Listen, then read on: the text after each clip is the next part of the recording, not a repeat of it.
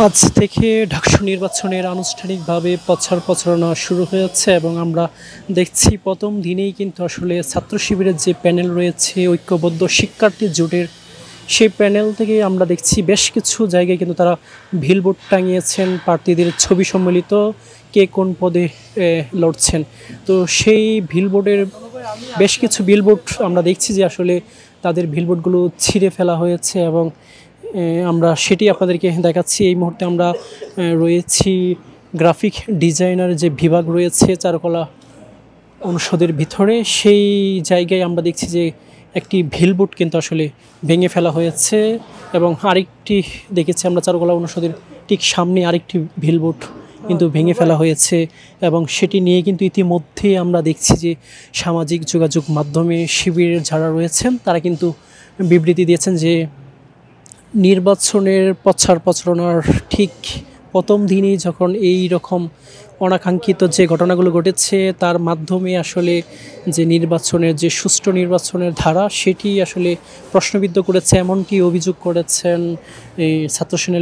ছাত্র শিবিরের যে প্যানেলের শিক্ষার্থীরা রয়েছেন তারা। এবং আমরা দেখছি যে সামাজিক যোগাযোগ মাধ্যমে সেটি নিয়ে কিন্তু ব্যাপক তোলপাড় সৃষ্টি হয়েছে। আপনাদেরকে যদি একটু দেখাই যে বিলবোর্ডগুলো যে তৈরি করা হয়েছিল সেই বিলবোর্ডগুলোতে কিন্তু আসলে যে ছাত্র শিবিরের যে প্যানেলটি রয়েছে ঐক্যবদ্ধ শিক্ষার্থী জোট, সেই ঐক্যবদ্ধ শিক্ষার্থী জোটের যে ভিপি প্রার্থী আবু সাদিক কায়েম সহ SM ফরহাদ মহিউদ্দিন সহ যারা এই প্যানেল থেকে আসলে নির্বাচন করবেন তাদের ছবি সম্বলিত একটি বিলবোর্ড কিন্তু সেটি, এবং তাদের ছবির পাশাপাশি তারা কোন পদে কে নির্বাচন করছেন সে বিষয়টি কিন্তু এখানে উল্লেখ করা হয়েছিল। সেই বিলবোর্ডগুলোতে কিন্তু আমরা দেখছি যে আসলে তাদের যে মুখ আকৃতি সেগুলো কিন্তু বিকৃত করে দেওয়া হয়েছে এবং তাদের যে ছবি সেই ছবিগুলোতে কিন্তু আমরা দেখেছি কালি দিয়ে কিন্তু আসলে বিভিন্ন ধরনের যে বিকৃত করা বিষয়টি সেটি কিন্তু আমরা লক্ষ্য করছি এবং এটি নিয়েই কিন্তু আমরা দেখছি যে আসলে সামাজিক যোগাযোগ মাধ্যমে কিন্তু ইতিমধ্যেই কিন্তু ডাকসু নির্বাচনে যে প্রশাসনের যে নিরপেক্ষতা এবং যে নির্বাচনী যে বিষয়টি সেটি নিয়ে কিন্তু অনেকেই প্রশ্ন তুলেছেন। তারা বলছেন যে আজকে থেকেই কিন্তু আসলে ডাকসু নির্বাচনের প্রচার প্রচারণা শুরু হয়েছে এবং প্রথম দিনেই এমন বিলবোর্ডগুলোতে যে আক্রমণ করা হয়েছে সেটিকে আসলে তারা বলছেন যে সুষ্ঠু নির্বাচনের যে বিষয়টি সেটি প্রশ্নবিদ্ধ করেছেন, এমনটি কিন্তু অভিযোগ করেছেন ছাত্র শিবিরের যে নেতৃবৃন্দ রয়েছেন তারা। এবং তারা বলছেন যে আসলে এই আজকের দিন কিন্তু আনুষ্ঠানিকভাবে তারা আসলে প্রচার প্রচারণা শুরু করেছেন এবং সেই প্রথম দিনেই কিন্তু আসলে